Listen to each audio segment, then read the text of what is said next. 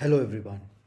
In contemplating the structures that govern human prosperity, few warrant deeper scrutiny than taxation. We have long been taught to view direct taxes as instruments of equity and indirect taxes as burdens on the vulnerable. Through this video, we invite you to question that orthodoxy. Let's analyze the conventional wisdom. Direct taxes, those on income and profits, are supposedly progressive because they place a greater burden on the wealthy, while indirect taxes, those on consumption, are supposedly regressive because they affect the poor disproportionately. This narrative has shaped policy debates, textbooks, and public discourse for generations. Yet, when we examine the deeper mechanics of how economies truly function, a different picture emerges. The primary objective of any economic system has been to foster prosperity and opportunity for all, reducing barriers to creation and exchange while ensuring that contributions to society are rewarded rather than penalized.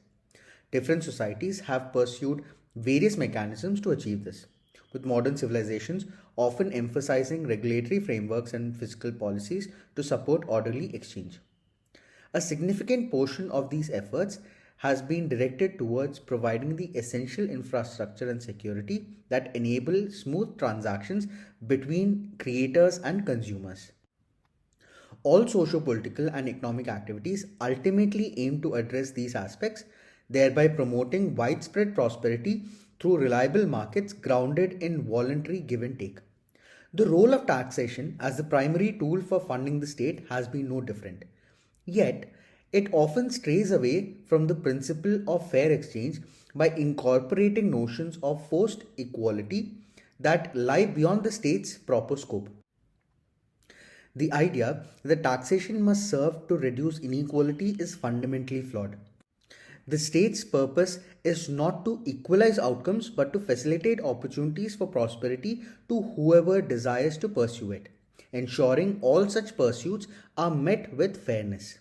Let's analyze.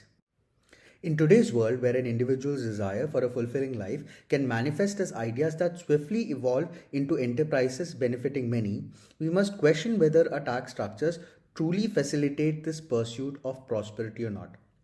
Direct taxes represent a valid give and take. The producer's payment for using state resources like infrastructure, security, and legal systems to build and sell. However, they place a greater emphasis on the supply side, treating the producer's initiative and success as the primary point of collection. A heavier reliance on indirect taxation, by comparison, embodies a more fair exchange by tying the bulk of revenue to consumer demand and completed transactions. This video explores that shift in perspective, recognizing direct taxes as legitimate payment for resource use and not mere contributions to state coffers for the permission to add value to the economy, and favoring indirect taxes as a superior approach as they harmonize more with the natural dynamics of supply demand, anchoring state funding to the consumer's voluntary choice. The regressive perspective of treating direct taxes as mere contributions to state coffers rather than as payment for the producer's use of state built resources and systems has deep historical roots. Throughout history, in many societies, merchants and producers who wanted to bring their goods to the market had to pay fees to whoever controlled trade routes, marketplaces, or entry points, whether kings, local rulers, tribal leaders, guilds, or state representatives. These were often in the form of entry fees, toll on roads or rivers, just for the right to access the market and offer their products for sale. In this system, the producer or merchant bore the cost simply for permission to sell to the controlling authority. This continued perspective to treat the relationship between the producer and the state as paternalistic has restricted our economy's ability to innovate and grow, with businesses often having to resort to corrupt means. Modern direct taxes on income, profits, or wealth echo this archaic setup.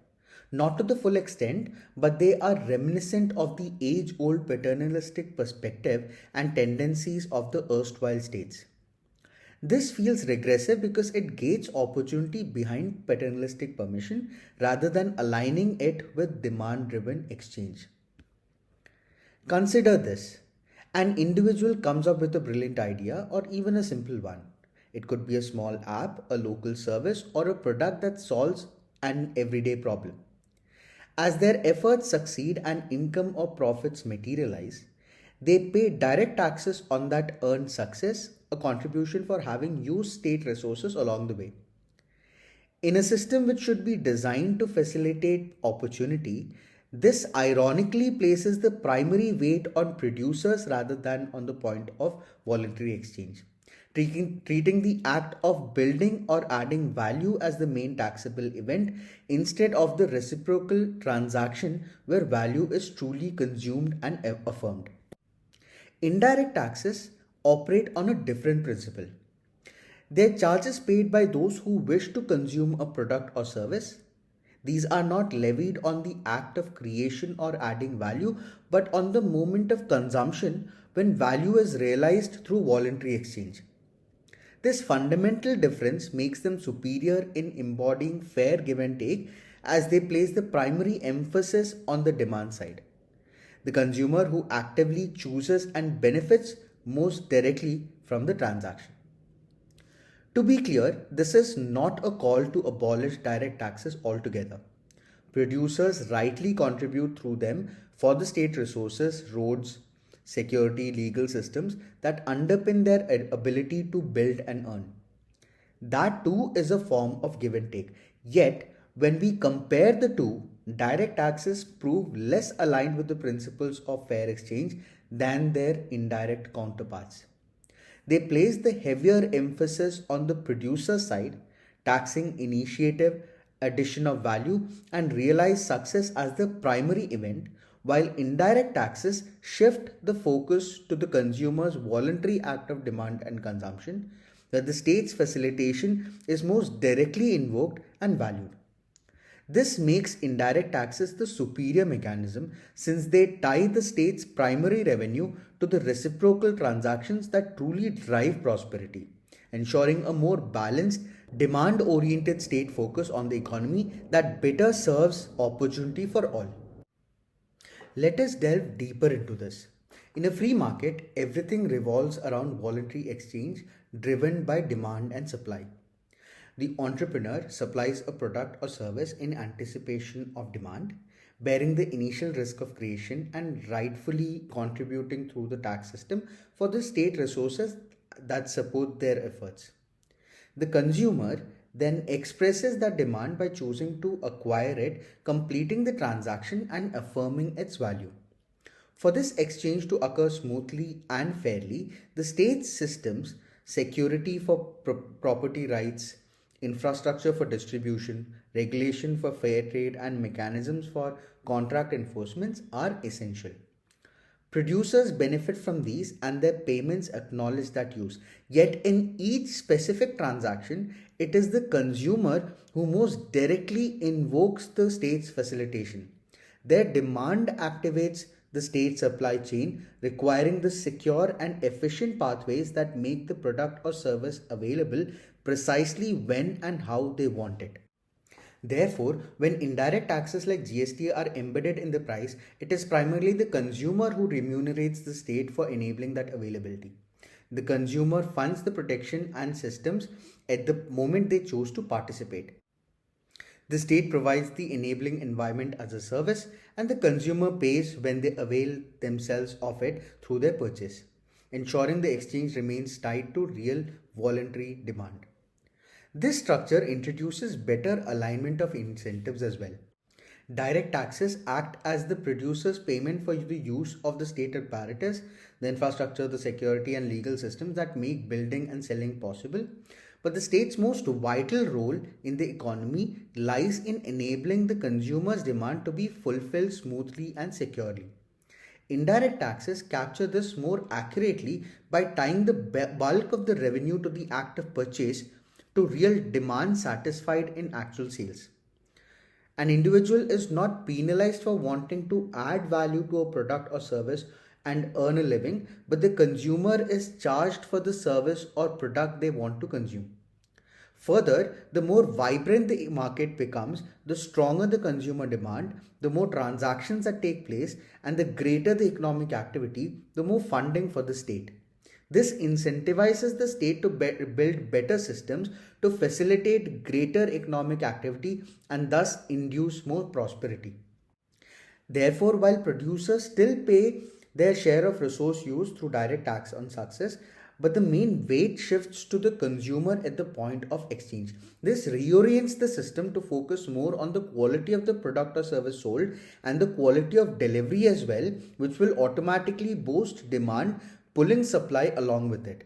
The consumer's demand now drives state revenue, making the system more responsive to genuine economic work and true reciprocal exchange.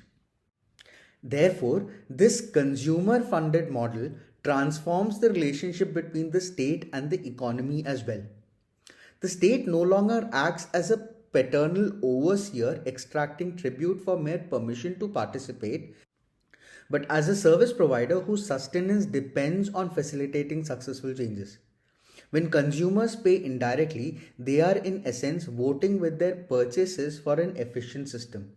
High demand generates more revenue, rewarding the state for maintaining order and infrastructure that supports flourishing markets.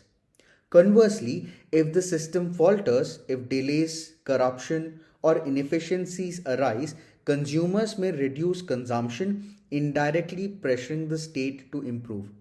It is a natural feedback mechanism, much like any market. In this way, indirect taxes elevate the customer or the consumer to their rightful place as king, not only in relation to businesses vying for their patronage, but also in relation to the state that enables these businesses. The epithet, the customer is king, extends beyond private enterprises to the public apparatus as well. Businesses already orient themselves towards consumer satisfaction to survive.